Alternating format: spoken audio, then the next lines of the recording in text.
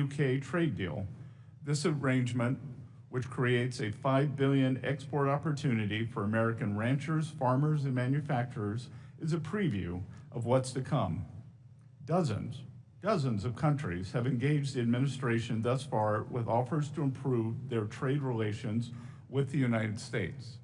This includes China. I have just returned in the middle of last night from successful negotiations in London with a Chinese delegation that will not only stabilize the economic relationship between our two economies, but make it more balanced. China has a singular opportunity to stabilize its economy by shifting away from excess production towards greater consumption. But the country needs to be a reliable partner in trade negotiations. If China will course correct by upholding its end of the initial trade agreement we outlined in Geneva, and I believe after our talks in London they will, then the rebalancing of the world's two largest economies is possible. By challenging the decades-old status quo on tax and trade, President Trump is breathing new life into the American economy. More than 500,000 private sector payroll jobs have been added since January. Most importantly, inflation in the US is at its slowest pace since 2021. And the numbers we received today take us back to the slowest pace since 2020. Most importantly, we are decelerating cost increases for shelter, food, and energy. After 4 years of price increases diminishing the US standard of living, inflation is showing substantial improvement due to the administration's policies. Furthermore, the labor market remains strong with low unemployment and plentiful labor demand as job openings remain high. This strength has been exemplified in the recent performance of the stock market and consumer confidence data. The President's bold leadership on these issues has laid the ground for a golden age economy. With your help, we can build on that foundation to create even more prosperity and abundance for the American people. We hope you will join us in this endeavor. Thank you all, and I look forward to your questions. Thank you. We'll now proceed to the question and answer session.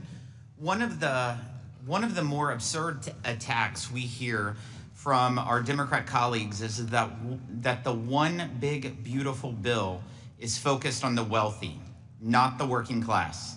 I'm sure the waitress who will keep more of her hard-earned money under the no tax on tips policy, or the lineman burning the midnight oil to restore power and seeing a tax cut under the no tax on overtime policy would be surprised to learn that Democrats consider them wealthy.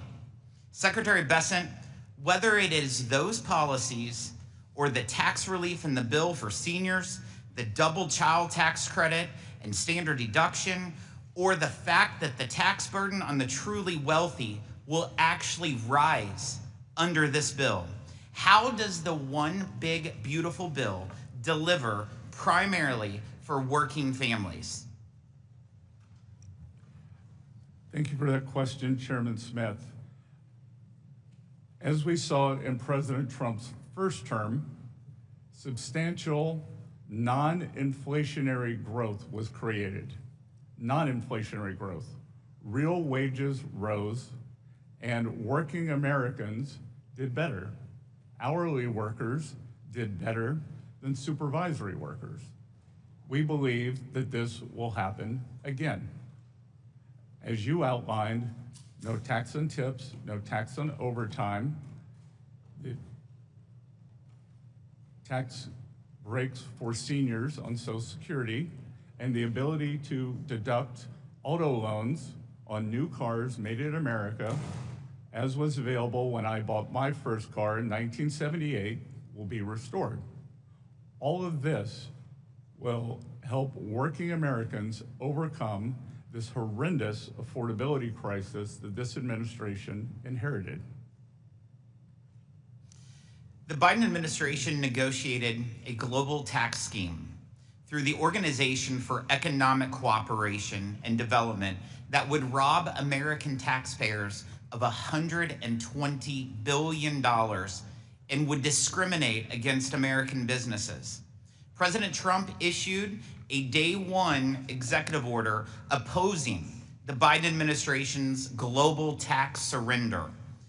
In the One Big Beautiful Bill, Congress provides the president, in line with that directive, specific targeted authorities to fight back in the event nations impose a discriminatory tax on American businesses, such as a UTPR.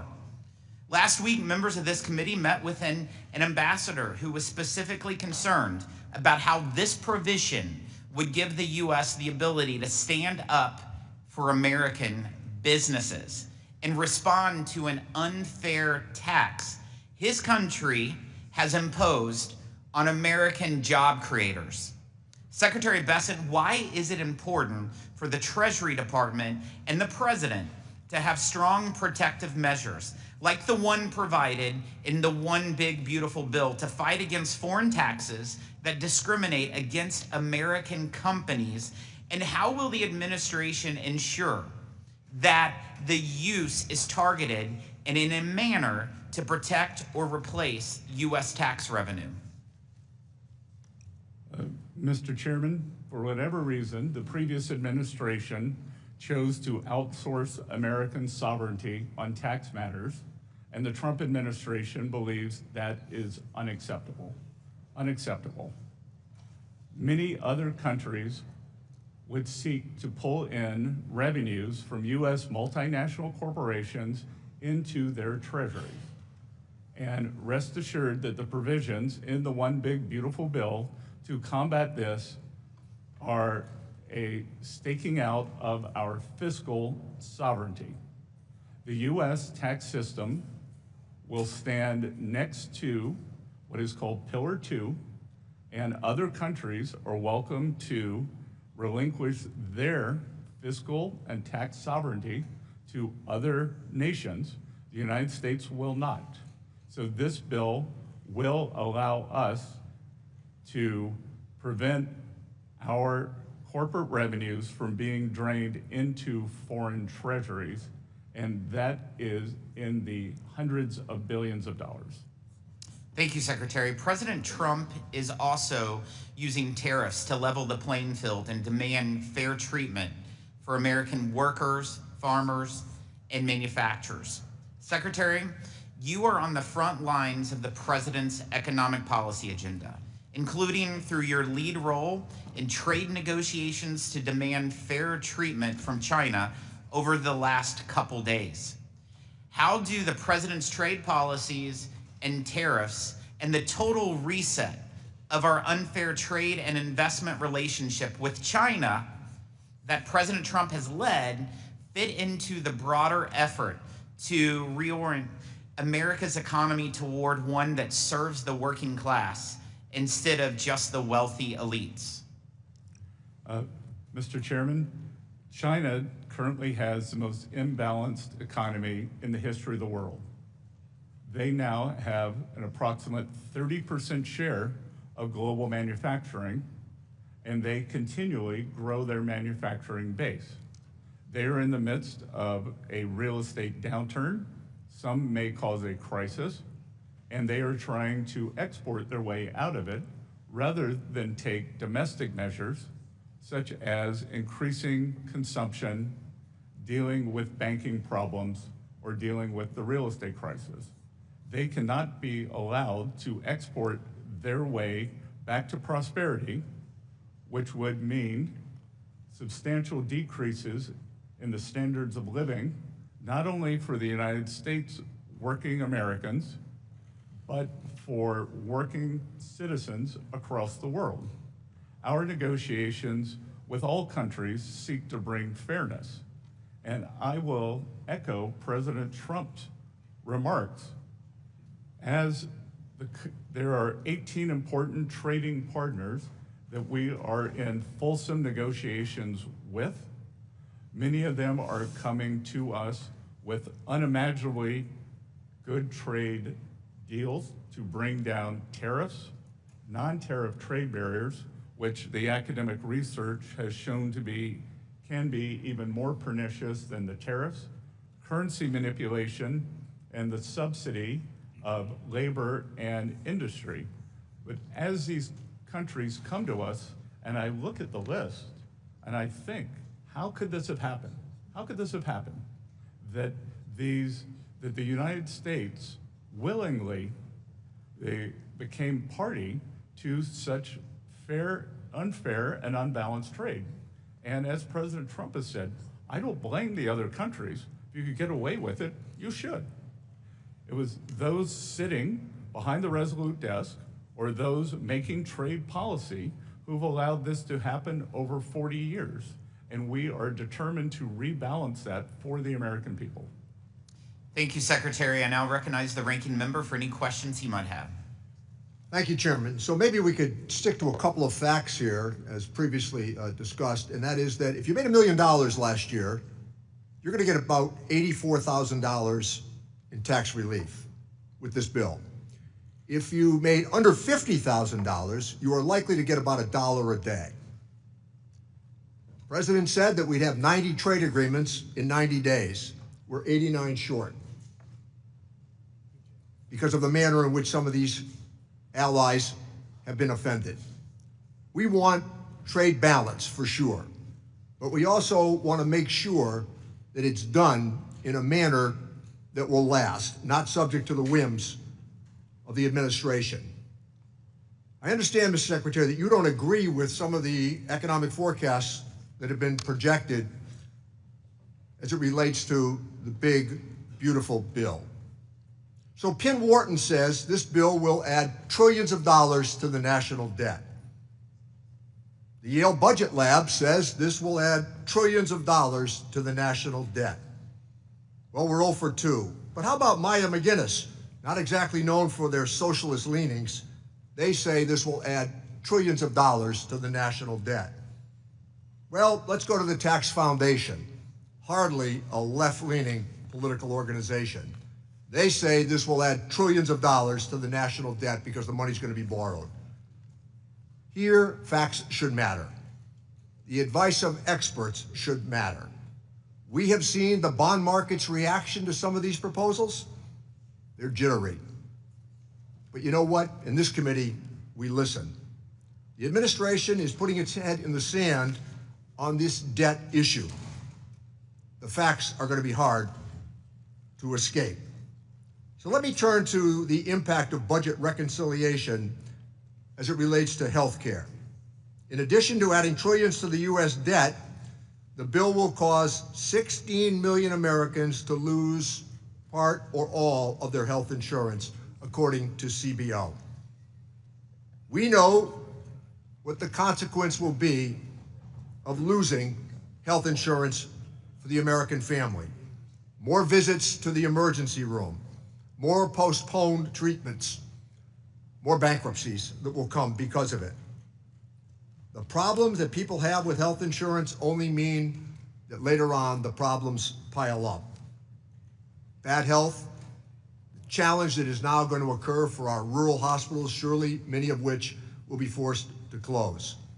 Cutting more than $1.5 trillion from Medicaid, Medicare, and the Affordable Care Act certainly will mean job losses. No industry can sustain $1.5 trillion in cuts while we borrow money for a big tax cut that, despite what has been said here today, still favors people overwhelmingly at the top. Let me say, in regard to the testimony, Mr. Secretary, that you've offered, there's another key consideration here. You're suggesting that the improvements at the IRS have all taken place in the last 6 months? It's because of what we did with the Inflation Reduction Act. That's why the improvements have taken place, the technological upgrades that have taken place as well. We have a pretty good understanding of this. We want to use artificial intelligence for better tax collections. But all of this just happened in the last 6 months. That's our understanding based upon the testimony. The Commonwealth Fund, cuts to Medicaid and SNAP are going to lead to the loss of over 1 million jobs. The American Hospital Association estimates that tens of thousands of hospital jobs will be lost as a result of these cuts. Furthermore, a professor at Yale has said that this will conservatively cause tens of thousands of unnecessary deaths. Worse health care, job losses, more borrowed money. The American people deserve considerably better than what we're being told. But let me offer this challenge, Mr. Secretary. We would be prepared on the minority side to work with the administration and direct tax relief back to people under $400,000 of joint income, as opposed to the suggestion that is being offered here today. And if you disagree with the number that I offered about tax relief for somebody who made $1 million last year, let me give you the last 30 seconds to speak to that. The Representative Neal, I have great respect for you. We've had good conversations, but respectfully, if I weigh 1,000 pounds and you weigh 50, and I gain 10 pounds, or I gain 10%, I have gained 100,000. That during President Trump's first tax cuts, the share of taxes paid by the high end of taxpayers, they increased by more than 7%. And I'm sorry I chuckled when you talked about the IT at the IRS. The program is 35 years behind schedule, 35 years. And is wasting $2 billion a year. That's why we put the extra money in, Mr. Secretary. No. The extra money went in for bodies, and whistleblowers acknowledged that standards were being lowered to bring in new agents. The money is not the issue here. It is how the money is spent. That's exactly right. We agree on that, how the money is spent. And the last point that I would make... It has been spent poorly. Let me make this last point, Mr. Secretary. Do you agree with the idea that in 2017, that the federal government, emanating from this committee, borrowed $2.3 trillion for that tax cut? What I believe is that everyone on the Democratic side voted for the biggest blowout for the deficit in history, and that we are suffering from that. This past tax year, we will have between a 6.5 and 6.7% deficit, so I find it very difficult to be lectured to by people who created the largest deficit in history when we were not at war and not in a recession. So I negotiated with Secretary Mnuchin the pandemic relief bill. If that's the reference point, that's where overwhelmingly the money went. That was not a bad infusion of money. It worked. The Economist magazine and the Financial Times said in January the American economy was the envy of the world. I yield back my time, Well, Mr. Chairman. the spending was not the envy of the world. I'm pleased to recognize the Vice Chairman of the committee, Mr. Buchanan.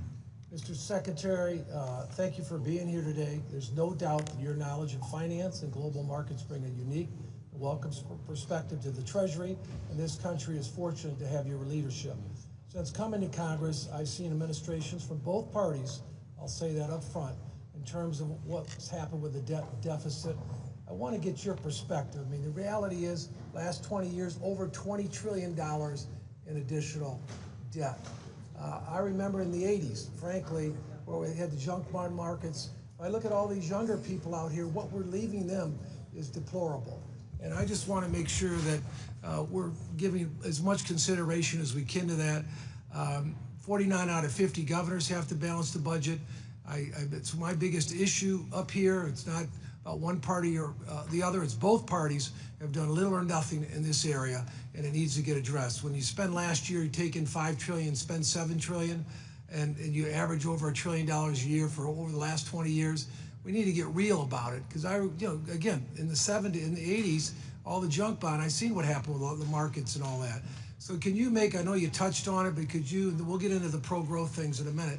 Can you just touch on it, your thoughts about where we're at and where we're going as it relates to that? I know we've got people looking at making cuts, but I do want to get your perspective on that. Congressman, I've enjoyed our conversations in the past. You, as a very successful private businessman, understand the power of this tax bill, especially in the expensing. You and I discussed it in great detail. And look, we do not have a revenue problem. We have a spending problem. we are right in line with the long-term revenues of approximately 17 to 18% of GDP. What we've seen here is a blowout in the spending. And as I was saying, last fiscal year was something we have never seen before. We have never seen a deficit to GDP this large when we were not at war, or not in a recession, or not in a pandemic. Yeah, But we Mr. could call that Secretary, a war. we only have 5 minutes. Let me just oh. mention just real quickly. You mentioned, and I just want to get this in, that 100% expensing is like jet fuel. And 199 is huge. These are huge opportunities to make a big difference for small business. But to me, it's because I'm so passionate about it, because they're the job creators. So can you comment on that, your thoughts in terms of 199A and 100% expensing?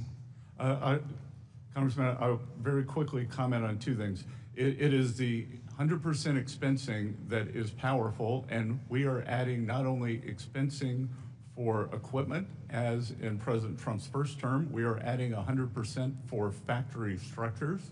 So if you want to build your factory here in the US, we want it to be tax efficient. We want you to have regulatory certainty. We want you to have quick permitting, and that is likely the single most powerful aspect.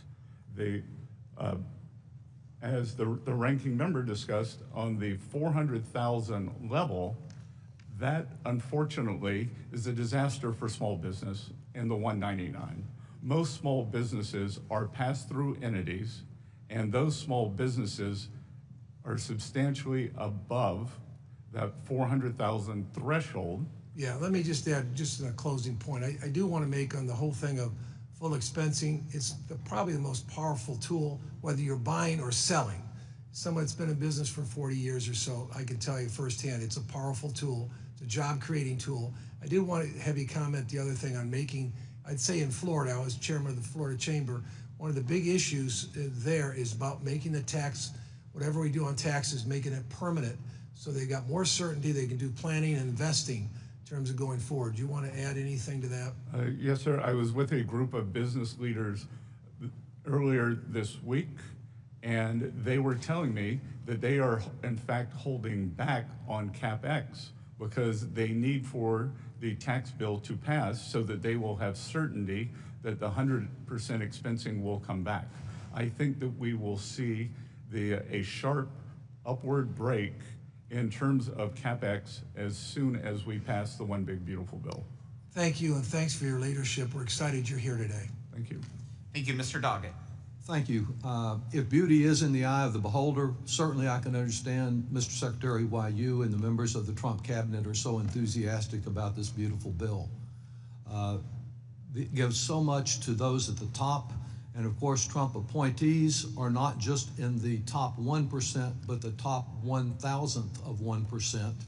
I applaud your personal success, but isn't it true that for you and for a number of cabinet members and other Trump appointees, simply not having your taxes restored to the level that existed when President Bush and President Obama were in office at 39.6% will provide you very substantial personal benefit?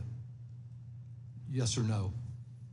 That is not a yes or no question, sir. All right, if you can't answer it. As many people Thank you, reclaiming my time. If you can't answer, have different tax reclaiming my arrangements. time, please, sir. And it is shown, Mr. Chairman, I don't want my time taken if the witness will not yield. I would recommend, Mr. Doggett, that if you asked a question, at least allow them to answer. You can recommend it, but you're taking my time from your him time answering is the moving, questions. so Continue. use it. Let me say, I understand you can't answer that with a yes or no. I'm concerned about the weaponization of the Internal Revenue Tax Code by the President and your role in it.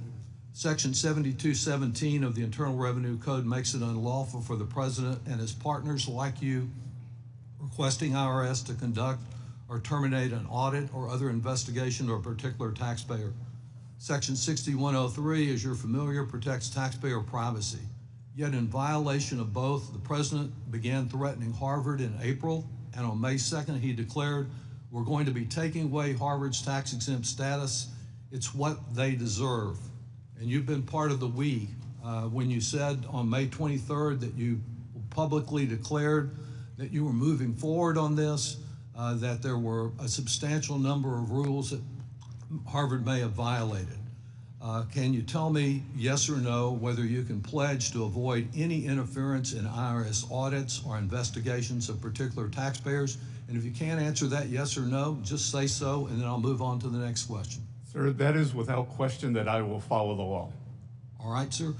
Can you tell us whether, yes or no, you can report back to this committee in 30 days after investigating to assure us that there have not been any requests by the president, any political appointee, or any family member of the president to direct or influence the audit or termination of an audit or investigation of any taxpayer or entity?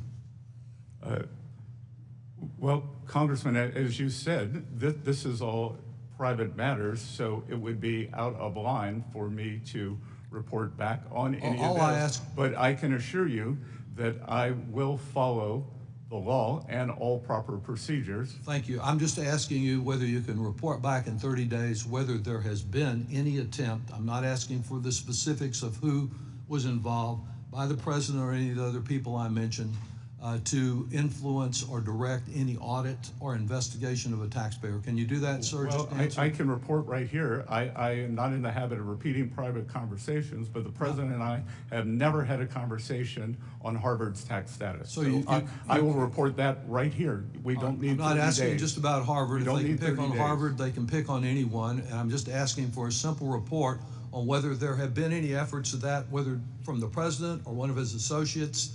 And it would seem to me that would be easy to do. But let me move also to the question of privacy as it relates to data sharing. Do you agree that there is no authorization for the IRS to share tax data broadly with DOJ or federal agencies for the general purpose of data consolidation? Section 6103 protects taxpayers' information. We have followed all proper procedures, and including in terms of the data sharing with the Department of Homeland Security. We are allowed to share taxpayers' information for those taxpayers who are believed to be criminals or have committed a crime. I'm asking you about DOJ and its apparent effort to have an omnibus information sharing agreement with agencies. Do you agree that you cannot share taxpayer data without statutory authorization from this Congress, and you don't have any for that purpose? We will follow the direction of the regulations and the court, sir. Are you sharing any taxpayer information with DOJ for this omnibus information sharing agreement where they seem to probe into the privacy of every American, consolidating it with Social Security and other private information? Or is there such sharing going on now, sir? Well, first of all, I would push back on that characterization. You can do so. And I will tell you, remains. and there seems to be a misunderstanding among many people on your side of the aisle on what DOJ is. DOJ employees. I understand you had some misunderstanding about it, and Mr. Musk yourself, but let me ask you again, just simply on the question I'm asking, are you sharing any of this data with DOJ without congressional authorization? As I said, we are following all of the laws. Thank you. I would have appreciated an answer to my question, but I will yield back since my time has expired. Mr. Smith is recognized. Thank you, Mr. Chairman, and thank you, Mr. Secretary, for sharing your time here today. And I've not been around here as long as Mr. Neal has, but I do want to bring in a bit of a historical perspective that I think is relevant. Looking back, you know, we can argue about CBO and JCT, and it's an imperfect system. And I think that's manifested itself in various hits and misses on projections, whether it goes all the way back to the original parts of the cost of Medicare that was way underestimated, or whether it was the structure of a more market-based approach with Medicare Modernization Act that precedes my time here, but actually cost a lot less than was projected. You go to the receipts, post-2017 tax action, the receipts exceeded what was projected. So we have an imperfect system, but it's what we have. And I think we need to go on that. Now, you take things a step further, and I remember the president's economic advisor, Mr. Hassett, pointing out that with COVID, yes, there was bipartisan action. I'll say that a few of those components still give me heartburn, as much as an emergency that we found ourselves in. But when, at the beginning of COVID, when unemployment spiked and the GDP dipped, Congress acted. By the end of 2020, GDP was back to about even. New President Biden was advised not to spend what he insisted on spending. I would suggest they're probably grappling with going back to the Obama stimulus, and they think that the only mistake of the Obama stimulus, so-called, was it didn't spend enough money, rather than address the bureaucratic approach that, like the joke was shovel ready, maybe wasn't what it was described to be. But we have these imperfect projection systems, and yet we've got the reality of experience. And I think this is important to note, and especially on the IRS structure and the desire to spend money on more people at the IRS, because that could generate more audits and that would generate more revenue, and then we can spend that revenue that, good grief, still wasn't enough to cover what the actual IRA costs came in and came to be. So we have to deal with these realities, and it's because they're imperfect systems that we just have to acknowledge. And that's why, Mr. Secretary, I had not heard the numbers on the IRS, and especially in these efforts most recently, that we were told that if we pushed back on the number of new IRS agents and auditors, we were going to undermine the revenues. And yet a different approach that focused more on technology, because there was a willingness to focus more on technology here on this side of the dais than there was with just hiring more people that actually, even in the best of scenarios, did not come to be, thank goodness, I might add. But we are in a situation now where in 2017, we did what was right, and I'm glad that there was bipartisan support to extend a lot of what we did in 2017 that did not have bipartisan support then. Now, that didn't pass the Senate. We are where we are, and now heading into a situation where what we have at hand with this reconciliation bill is good for workers. It's good for workers, it's good for economic expansion and encouraging investment and increasing productivity so that we can grow the economy without triggering inflation. President Biden was warned not to push more spending by Democrats, I might add. I think of Mr. Summers primarily, advising against that. Did it anyway. We are still paying the price. We're trying to dig out from a lot of that. And that's why we're doing the bill that we are. Gosh, I have other things that I'd love to ask questions on.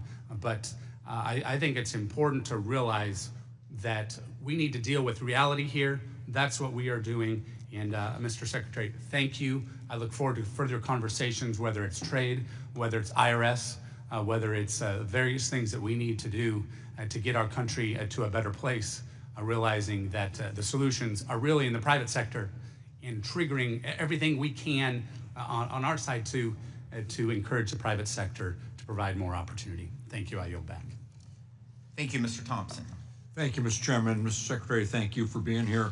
You know, the economic outlook of the United States has soured a bit since President Trump assumed office. We've gone from record lows in unemployment, historic growth, and lowering inflation to unprecedented trade wars, volatile markets, and low consumer sentiment. And for the record, Mr. Chairman, I would like to enter surveys from consumers from the University of Michigan, a trade war impacting the shipping economy, and the OECD article on the downward turn in economic turn in the U.S. Without objection. Thank you. This is only made worse by the Republicans' big, ugly bill and the administration's proposed budget. I have a few items I want to raise with you, Mr. Secretary, but given our limited time, I want to focus on the projected impact of the reconciliation legislation. Economists from the CBO, the JCT, the University of Pennsylvania, Yale University, the Committee for Responsible Budget, and the Bipartisan Policy Center have all projected that this legislation will add trillions of dollars to our national debt. Experts have also projected that close to 16 million Americans will lose access to their health care, and 11 million Americans will lose access to nutrition benefits. These figures aren't coming from Democratic talking points.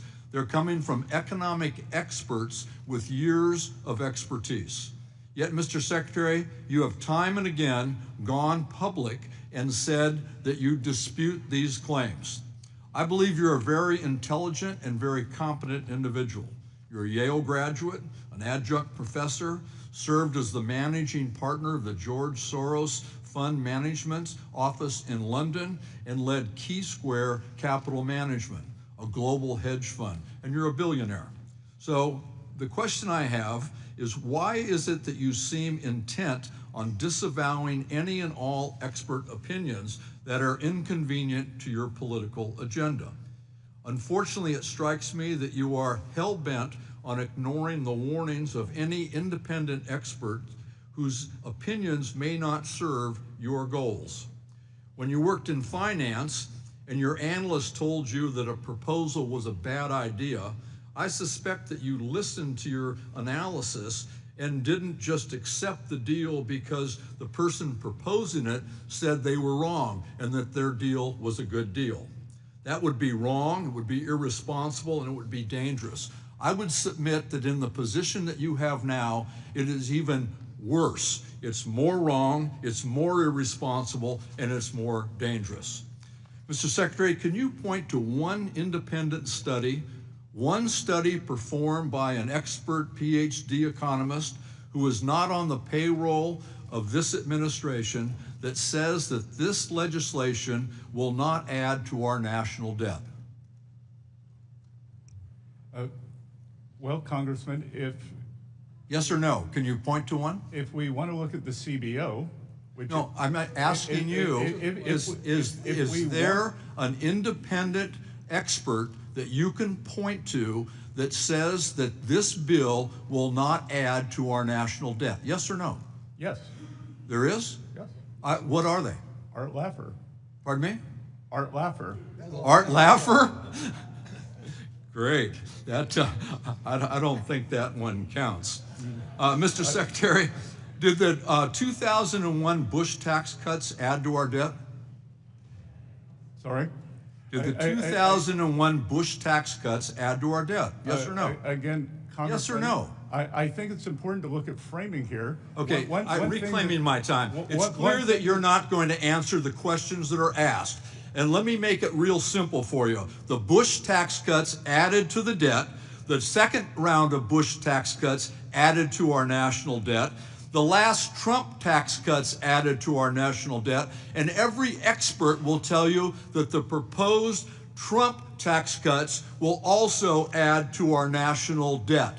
That is the honest answer, and I would have expected you could have just given us a yes or no on whether or not these preposterous tax cuts that will benefit clearly the most wealthy people, the people who don't need a tax cut in this environment, will add to our national debt. This is bad public policy, it's bad for the American taxpayers, it's bad for our economy, and it's atrocious for our future in regard to the national debt, and I yield back. Next, we have the chairman of our tax committee, Mr. Kelly. Thank you, Mr. Chairman. Thank you for holding me. Mr. Secretary, thanks for being here today. We get into these back and forth, and it comes down to who struck John. I think both sides of the aisle can talk about things and policies in the past that caused wherever we are today to be wherever we are today. The question isn't about the history of how we got here. The question is, how do we remedy it? How do we fix it going forward? I'm from the private sector. And I really do believe before anybody should ever serve in public office, they should have been in the private sector and worked where they got paid on commission only. and had lost their job at least once and had faced an unbelievable task of trying to keep your business open when there was no revenue coming in. So I don't want to grill you and all these things of asking you a question and not allowing you to answer it, because that seems to become the thing. I'd rather go back to consistency and certainty. The hardest thing for anybody in the private sector is trying to figure out what the next administration is going to do, or what's going to happen at midterms, and whether I'm going to make an investment or not going to make an investment, because that can change overnight. I get that, and I'm sitting here now and I'm trying to figure out, no wonder hardworking American taxpayers have lost faith in the way we operate. But I just want to ask you this, because I think it's really critical. So I have kind of a little bit of a football background. I look at this, we're in the fourth quarter now. It's a 2-minute warning and no timeouts left. I want you to share with us what could happen, and forget the Potomac amnesia about who's responsible for it. Let's go to what actually is going to happen if this bill doesn't get passed. How is it going to affect hardworking American taxpayers? Congressman, good to see you again. It is what we call in economics a sudden stop. It would be cataclysmic. It would be the largest tax hike in history. It would be a disaster for businesses, for working Americans, and for our status in the world. That to have this happen, we would see increases in taxes on thousands of dollars of working Americans. We would see business contract, and we would see a substantial increase in the unemployment rate. So as you look at what's taking place right now, and I think there's always the back and forth about do these tariffs work, do they not work? Just from a standpoint, your background is incredible for you to be in this position today. So I want to thank you for doing that, because you stepped out of a pretty comfortable life where people weren't firing questions at you and not allowing you to answer them. Just going forward, and you told people just now what's going to happen if we don't get this passed. So what is it that, in addition to what we could do, that we're not already doing? Congressman, it is certainty and permanence. As we have seen, the corporate tax rate is permanent. We are not arguing on that here. Businesses have great certainty. Households do not. Small businesses do not. And this administration, myself especially, given my small town roots, they are laser focused that Main Street can do well here. And Main Street is a series of small business owners who work every week to make payroll. On average, 9 employees, family owned, and this would be cataclysmic for them. On the other side, having permanence, being able to invest, being able to hire more workers, being able to expand, will lead a Main Street resurgence. We will also see a manufacturing resurgence. Approximately 9% of Americans are now engaged in the manufacturing sector. History has shown us that wage growth occurs more readily in the manufacturing sector for working class Americans than in the service sector.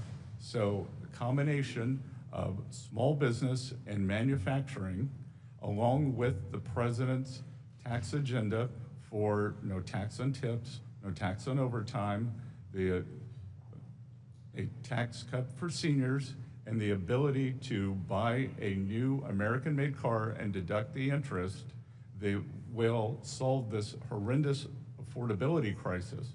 Because the way to think about it, Congressman, we are dealing with 2 things here. We are dealing with affordability, and we are dealing with inflation. Affordability is the stock of inflation, and we are working to pull that down. That can be pulled down 2 ways, through price levels or increased real wages. I think we can do both, but the real fill-up here would be increased real wages for working Americans. On the other side, we just saw yet another fantastic inflation number, much of that due to decrease in energy prices. Thank you for being here, and again, for you to step out of your private life, which is very comfortable, to step into this arena, I can't tell you how much I appreciate it. Thank you so much for being with us today and your service. We appreciate it. Thank you, sir. Thank you. Mr. Larson. Thank you, Mr. Chairman, and thank you, Mr. Secretary, for coming before the committee as well. It's pretty clear, and listen, you know, who needs to get into arguments when you need answers?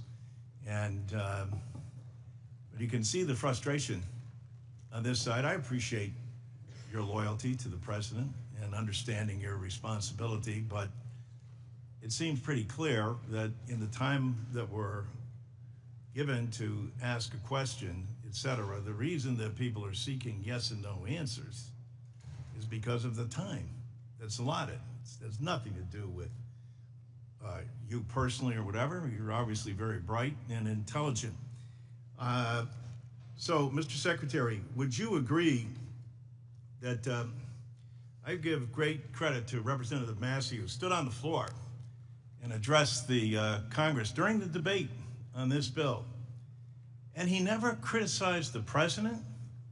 He never criticized a fellow Republican. What he did was address the facts. And he laid them out very clearly. Let me quote what he had to say here. This bill is a debt bomb ticking.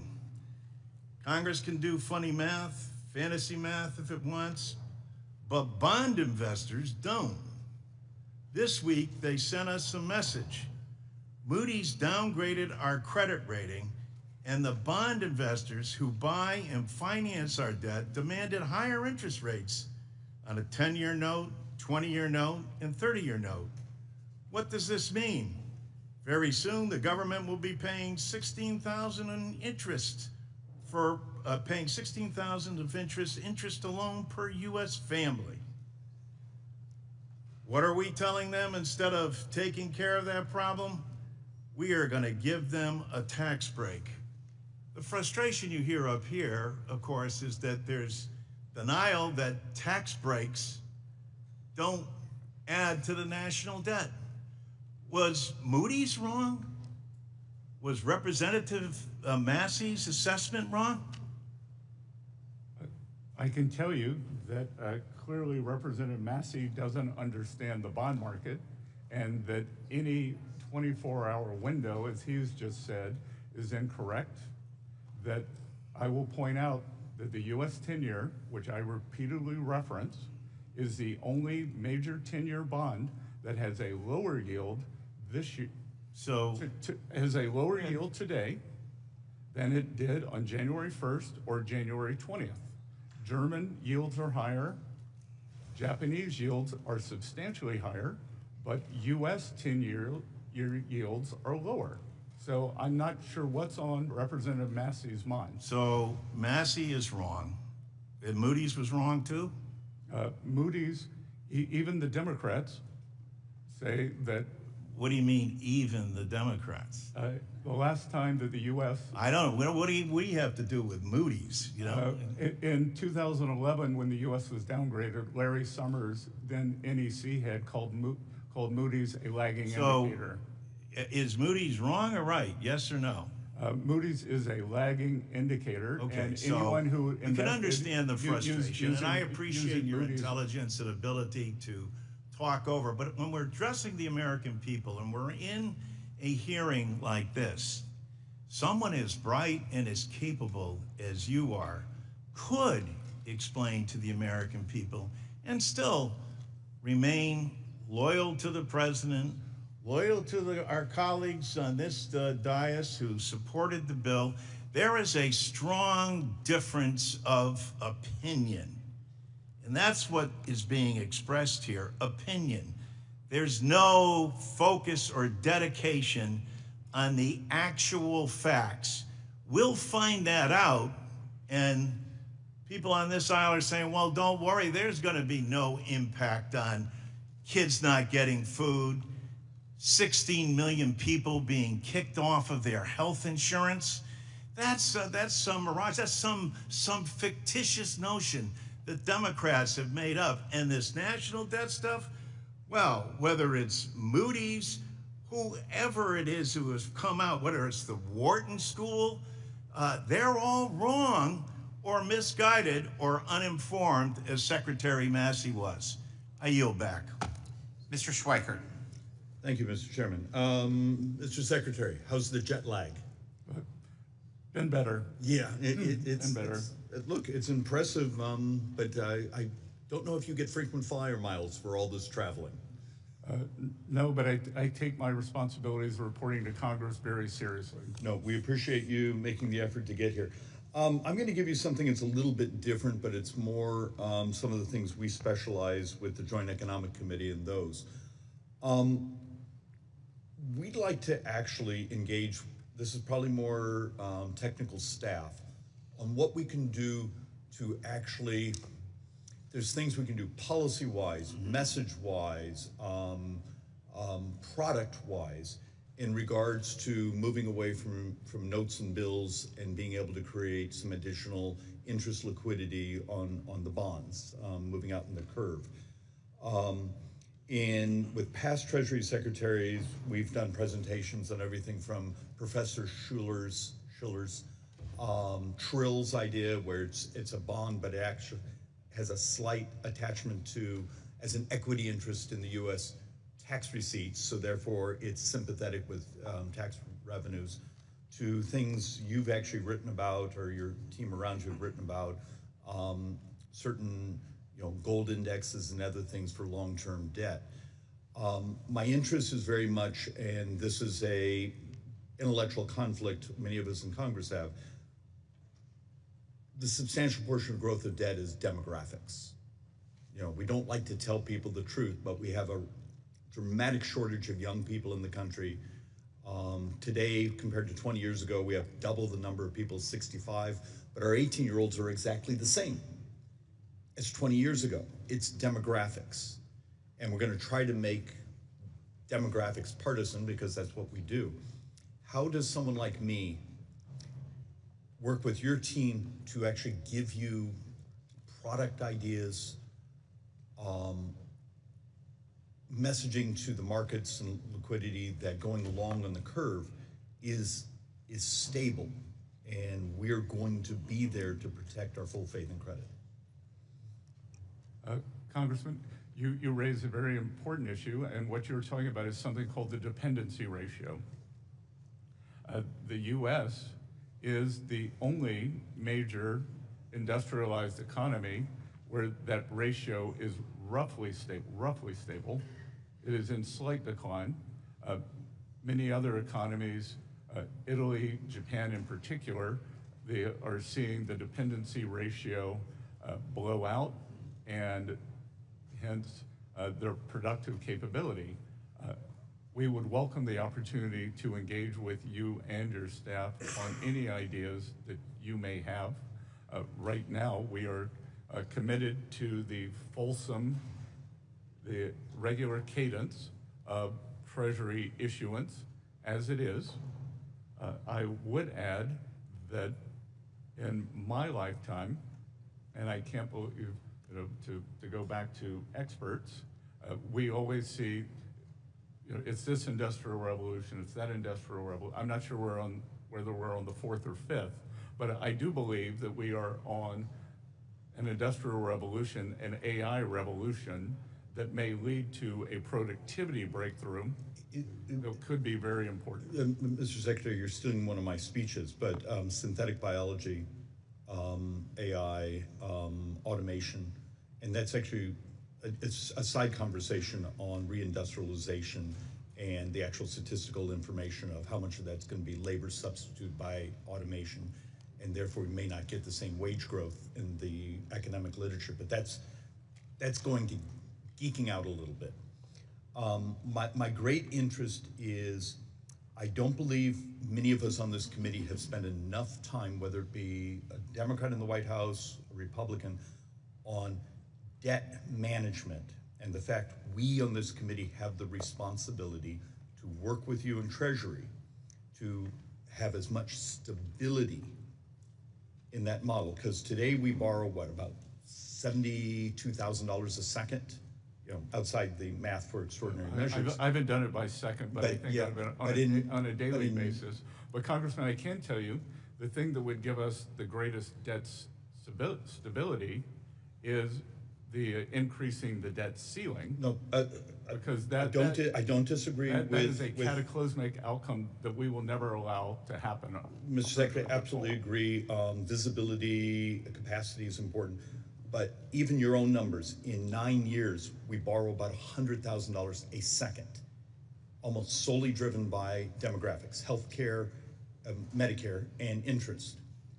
I beg of you, it's hard to do in front of these microphones because it's uncomfortable to talk about, but it's math, and it's the reality of what we are as people. We need to work together to provide visibility to these debt markets. And with that, I yield back. Thank you. I now recognize Mr. Davis from Illinois. Thank you, Mr. Chairman, Mr. Secretary. Today, Secretary Bessent appears here to praise the Republican One Big Beautiful Bill. That is the most cruel, draconian, inhumane legislation that I've voted on since I've been here. Government, I seriously believe, should help people and not hurt them. I reject this bill that makes poor people poorer, sick people sicker, and hungry people hungrier.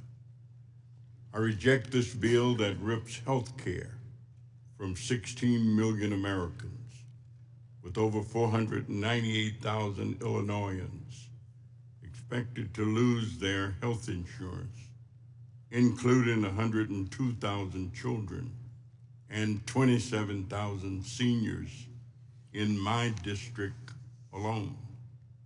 I reject this bill that threatens my constituent Deborah and her 2 children, whom she adopted from foster care. The picture behind me shows Deborah's children, who are medically fragile and rely solely on Medicaid for their health care. I reject this bill that will close hospitals in my district and kick people out of their nursing homes, not only in my district, but across the country, especially in urban inner city communities and rural communities for sure. I reject this bill that explodes poverty and suffering while giving wealthy trillions in tax cuts. And I reject this bill's irresponsible explosion of the deficit that triggers statutory cuts to critical programs supporting children and families.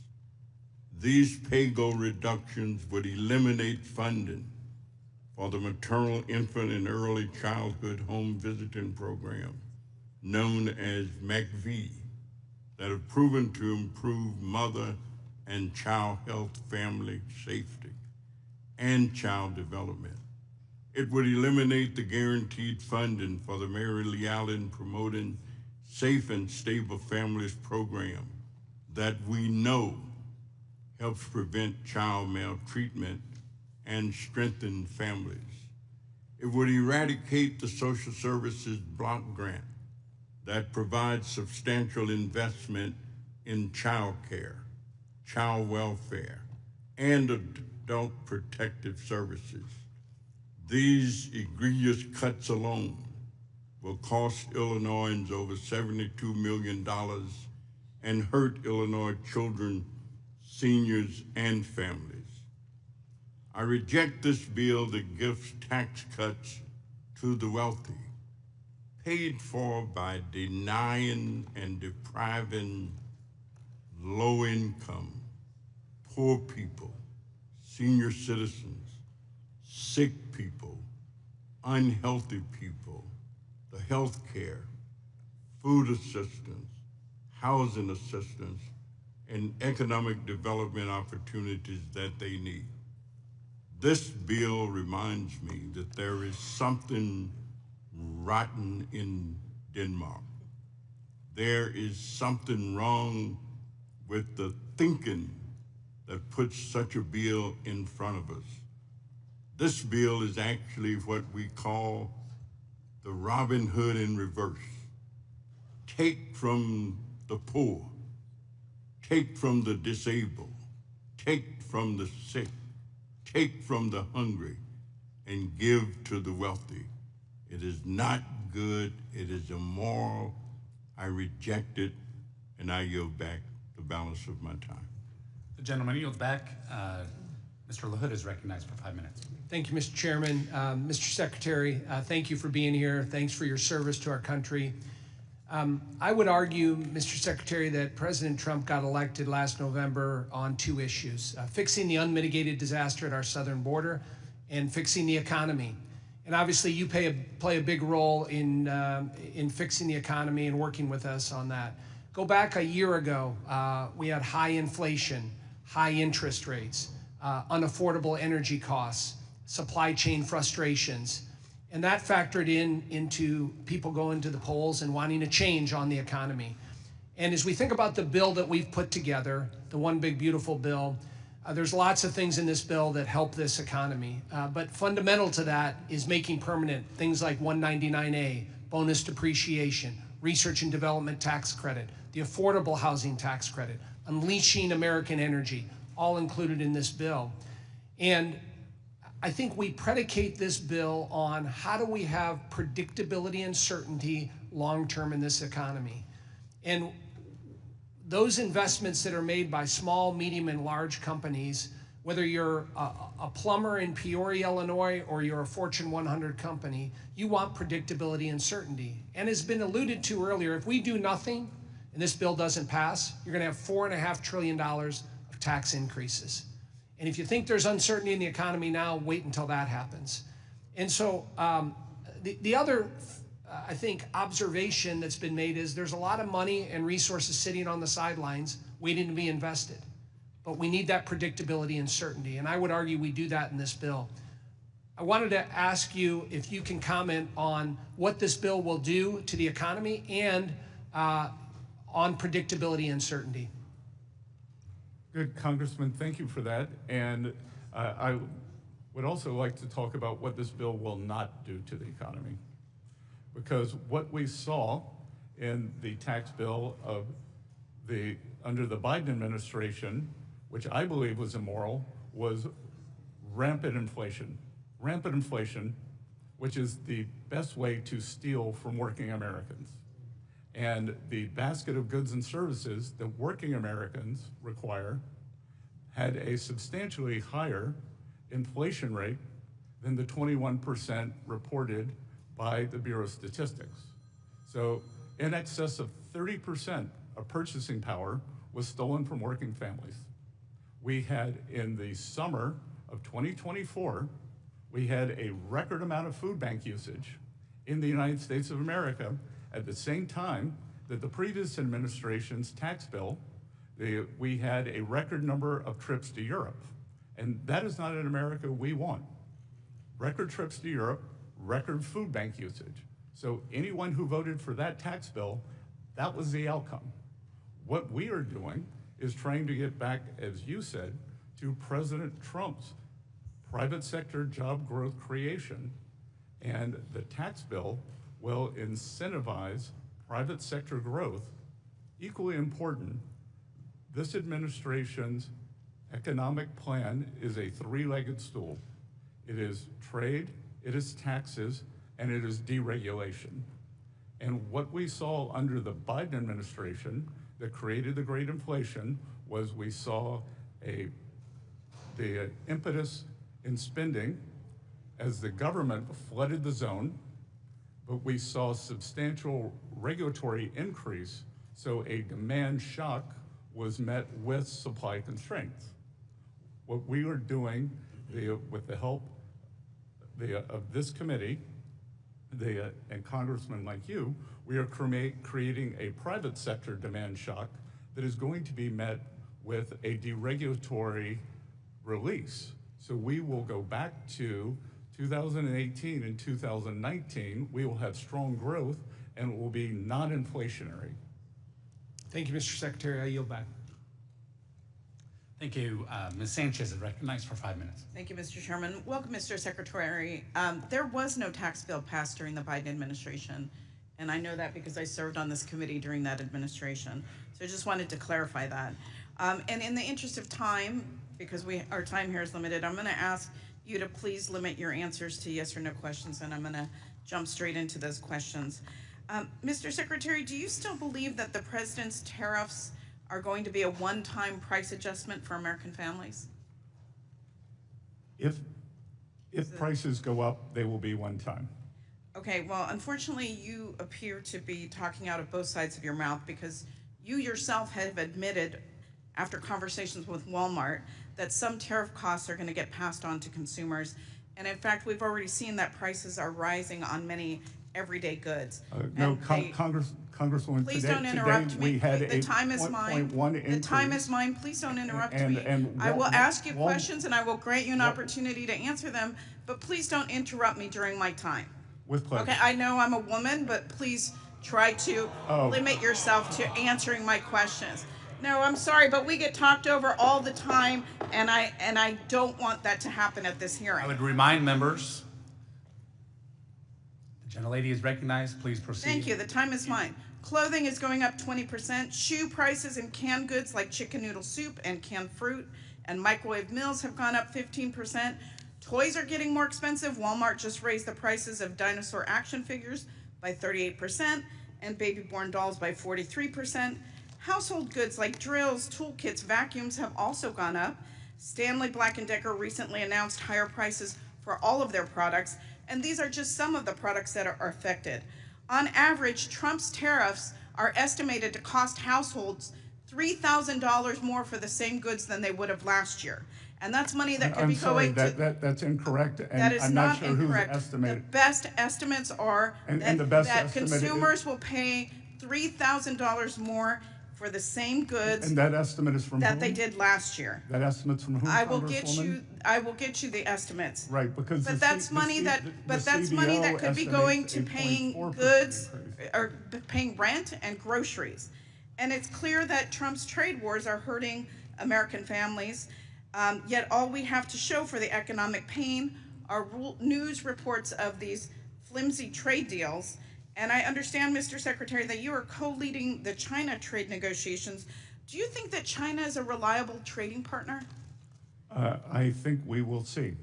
Well, pardon me for being skeptical of this administration's ability to get anything meaningful out of trade negotiations with China, because this administration is too swamped with trying to negotiate with 90 countries around the world. And to me, a poorly negotiated trade deal with China is probably not worth the paper that it's written on, because this is China's China's track record. These are facts. In the Trump administration's Phase 1 trade deal, China promised to increase purchases of U.S. goods and services by $200 billion over 2 years. Countless reports, and you yourself, have noted that China has failed to meet these purchase commitments. Those were purchase commitments that were negotiated by Trump in his first administration. They met their agreements under President Trump in 2020, and President Biden did not enforce them, and the Chinese delegation told me that they did not believe they needed to adhere to them. I'm reclaiming my time. That's incorrect. China has also not made the structural reforms that they promised Trump that they would. Many U.S. companies still reported widespread intellectual property theft and counterfeiting. So excuse me if the last attempt by the Trump administration to secure meaningful change from China doesn't exactly inspire any confidence in the current negotiations. And, you know, quite frankly, negotiating trade agreements with China requires more time and effort than this administration has given so far. And that's why I was alarmed to hear this morning that Trump said that the U.S.-China deal was done after just 2 days of talks in London. Mr. Secretary, the press release on this so-called deal looks more like a framework. Congress, who has the constitutional authority over trade, needs the details of this supposed deal. So I'm asking if you will provide this committee with the actual details of this deal, because there has been, unlike what was said earlier, there has been no consultation with with our side of the aisle at least, on the China negotiation. Will you commit to giving us the specifics of that deal, the details? Congresswoman, I flew back at 4 a.m. this morning to be here this morning, and we are... It's a simple yes or no question. No, it is not a simple yes or no question. We are in the midst of constructing it, and back to your question, China has proven an unreliable partner in strategic... Will you commit to consulting with us on trade deal with China? Gentlewoman's time has expired. I would ask the witness to be allowed to answer that last question. Gentlewoman's time has expired. It's a yes or no question. It's very simple. Representative, I raised many of your concerns to the Chinese delegation, and it will be a longer process. The trade deal today, or last night, was for a specific goal, and it will be a much longer process. And I will note that the previous administration did nothing. But excuse me, the Mr. question Arrington was is whether now or not you recognized. would The consult gentlewoman's with time has members of expired. Congress. Mr. Arrington's time It's my time is now. now Mr. Arrington's time, 5 minutes. Mr. Secretary, thank you for your service.